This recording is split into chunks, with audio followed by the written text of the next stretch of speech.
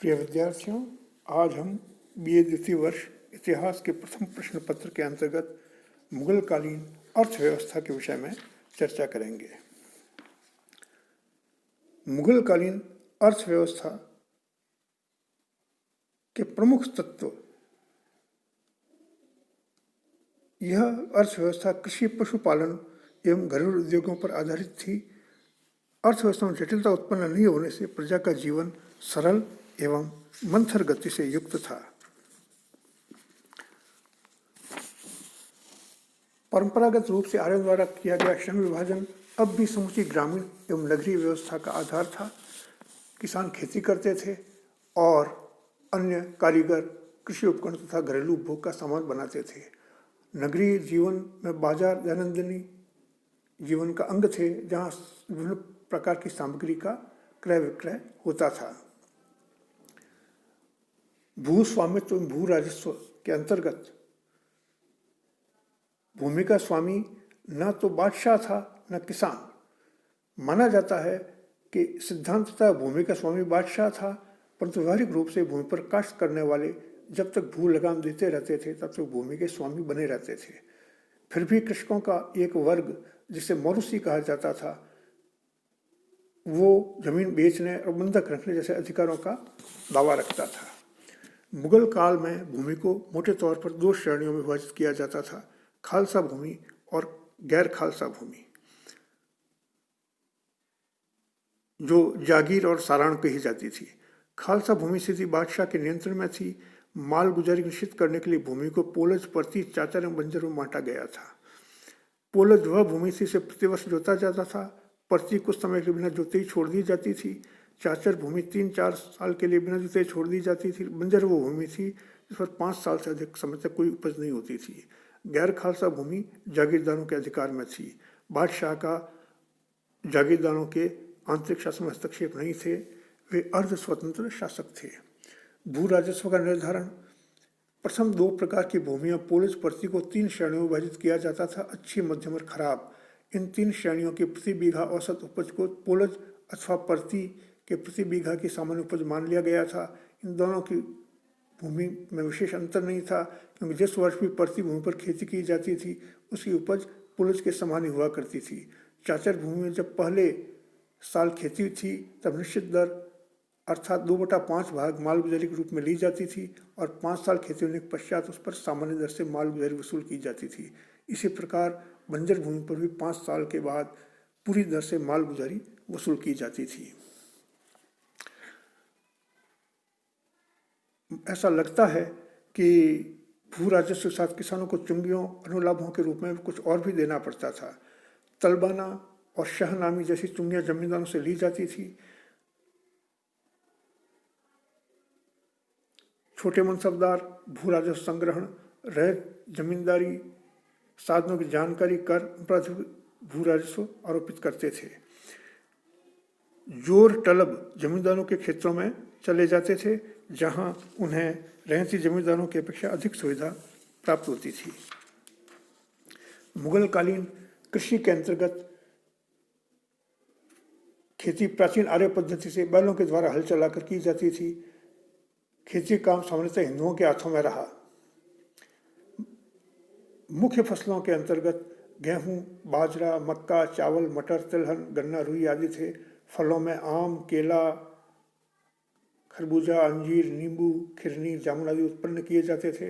आयुर्वेदिक औषधियाँ, जड़ी बूटियाँ, मसाले, सुगंधित काष्ठ भी उत्पन्न किए जाते थे। अनाज भंडारण के लिए गड्ढों एवं खत्तियों का उपयोग किया जाता था, जहाँ लंबे समय तक अनाज सुरक्षित रखा जा सकता था। मुगल बादशाहों ने फलों की उपज में वृद्धि और किस्मों में सुधार करने के लिए प्रयास किए तथा बागवानी को प्रोत्साहन दिया। बाबर को बागों में विशेष रुचि थी। उसने ईरानी शैली के अनुसार कुछ बागों का निर्माण करवाया, जिनमें कृत्रिम झरने तथा ढलुआ जमीनों पर चबूतरे आदि बनवाए। अकबर के शासनकाल में किसानों की सहायता करने की नीति अपनाई गई। उसके शासनकाल में किसानों को गन्ना, नील, अफीम, मसाले आदि नगद फसलें उत्पन्न करने के लिए प्रोत्साहित किया जाता था। राज्य तकाबी के रूप में किसानों को ऋण देता था, सिंचाई की सुविधा प्रदान करने का प्रयत्न करता था। अनावृष्टि, अतिवृष्टि, दुर्भिक्ष और अन्य किसी दैवीय प्रकोप से फसल नष्ट हो जाने पर राज्य को उस क्षेत्र की भूमि का कर माफ करते हुए सहायता देने का प्रयास किया जाता था। किसानों की स्थिति मुगल समय में न तो विशेष अच्छी थी न बहुत खराब थी। वे सामान्यतः सस्ता अनाज खाते थे और कठिन परिश्रम करते थे। घोर परिश्रम करने के बाद फसल तैयार होती थी। किसानों द्वारा अपना पेट भरने के लिए एक ही रास्ता था, वे अधिक से अधिक भूमि पर खेती करें और भूरा चुकाने बचना अनाज बच जाए कि वे अपना पेट भर सकें। कृषि के पश्चात मुगलकालीन प्रौद्योगिकी के अंतर्गत धातु प्रौद्योगिकी में काफ़ी उन्नति हुई। कांस्य, पीतल, लोहे, सोना और चांदी के बर्तन, मूर्तियां बनाने की प्रौद्योगिकी पहले की तरह ही चलती रही। काष्ठ प्रौद्योगिकी के अंतर्गत काष्ठ प्रौद्योगिकी से रथों का निर्माण होता रहा। मुगलों की अपनी नौसेना विकसित नहीं हुई, लेकिन बड़ी बड़ी नावों और जहाज़ों के लिए काठ का प्रयोग किया जाता था। आभूषण प्रौद्योगिकी के अंतर्गत मुगल बादशाह शहजादे बेगमें आभूषण पहनने व रखने के बड़े शौकीन थे, इसलिए आभूषण बनाने वाले कारीगर नई नई डिजाइन के आभूषण तैयार करते थे। कृषि प्रौद्योगिकी में सीमित विकास हुआ। अधिकतर खेती पहले की तरह वर्षा पर निर्भर थी। बहुत कम संख्या में नदियों पर बांध बनाए गए और बहुत कम संख्या में नहरें निकाली गईं। अब हल्के नीचे लोहे के तीखे फलक लगाए जाने से भूमि को अधिक गहराई तक खोदा जाने लगा। युद्ध प्रौद्योगिकी के अंतर्गत मुसलमानों ने युद्धों में तोपों और बंदूकों का प्रयोग आरंभ किया, अतः भारत में तोपें और बारूद बनाने की प्रौद्योगिकी का विकास हुआ। बाबर ने पहली बार युद्ध क्षेत्र में तेलुगुमा पद्धति का प्रयोग किया, जो भारतीय सेना में अधिक सफल रही। वस्त्र प्रौद्योगिकी के अंतर्गत विशेषकर सूती, ऊनी, रेशमी कपड़ा तैयार करने की प्रौद्योगिकी का बहुत विकास हुआ। ढाका की बनी हुई मलमल पूरे विश्व में अपनी बारीकी के लिए प्रसिद्ध हो गई। लाहौर और लखनऊ में चिकन का कपड़ा तैयार किया जाता था। कालीकट के स्पंज का कपड़ा अत्यंत बारीक होता था। कश्मीर में बहुत ही ऊनी शाल बनाए जाते थे। रेशमी वस्त्रों पर सोने चांदी के तारों से कश्तकारी की जाती थी। रंगाई छपाई में नए प्रयोग हुए। कागज प्रौद्योगिकी के अंतर्गत विशेष विकास नहीं हुआ, फिर भी दिल्ली, लाहौर, आगरा में कागज बनाए जाने का उल्लेख प्राप्त होता है। शाही फरमानों के लिए शोभायुक्त कागज तथा व्यापारियों दलालों के लिए टिकाऊ प्रकार का कागज बनाया जाता था। जल्दसाजी के लिए मजबूत कागज बनाया जाता था। चर्म प्रौद्योगिकी के अंतर्गत घोड़े के लिए काठी, लगाम, तलवार के लिए म्यान, जूते, पानी की मशक आदि वस्तुएं बड़ी मात्रा में बनाई जाती थी। गुजरात में चमड़े की वस्तुएं बड़ी मात्रा में बनती थीं। स्थापत्य एवं शिल्प प्रौद्योगिकी के अंतर्गत मुगल काल में भवन निर्माण, नगर नियोजन, मूर्तियां बनाने की प्रौद्योगिकी का अच्छा विकास हुआ। भवन निर्माण प्रौद्योगिकी में मुस्लिम शैली का प्रयोग किया गया। दिल्ली का लाल किला, फतेहपुर सीकरी का बुलंद दरवाज़ा, बादशाहों बेगमों के मकबरे, ताजमहल, शेख सलीम चिश्ती का मकबरा संगमरमर के भवन प्रौद्योगिकी के श्रेष्ठ उदाहरण हैं।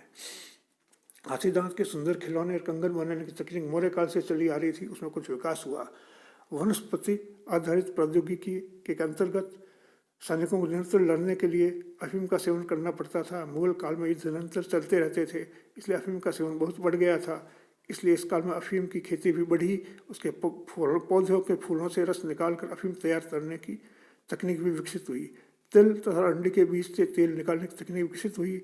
बंगाल, उड़ीसा में पैदा होने वाली लाख से स्त्रियों के लिए चूड़ियाँ, कंगन, कड़े आदि बनाए जाने लगे। गुजरात में कंगनों और कड़ों पर रंगीन कांच के टुकड़े लगाकर उन्हें आकर्षक बनाने की कला विकसित हुई। बेहत और बांस के वृक्षों से बांस आदि को छीलकर टोकरी, चटाइयाँ आदि बनाई जाती थी। माना जाता है कि मुसलमानों ने भारत में शतरंज का खेल प्रचलित किया। मुगल काल में भारत के विभिन्न भागों में शतरंज के पट्टे, मोहरे बनाए जाने लगे। लकड़ी व हाथी दांत से चौपड़ की गोटियाँ बनाई जाती थीं। प्रिय विद्यार्थियों, आज की वीडियो में इतना ही। धन्यवाद।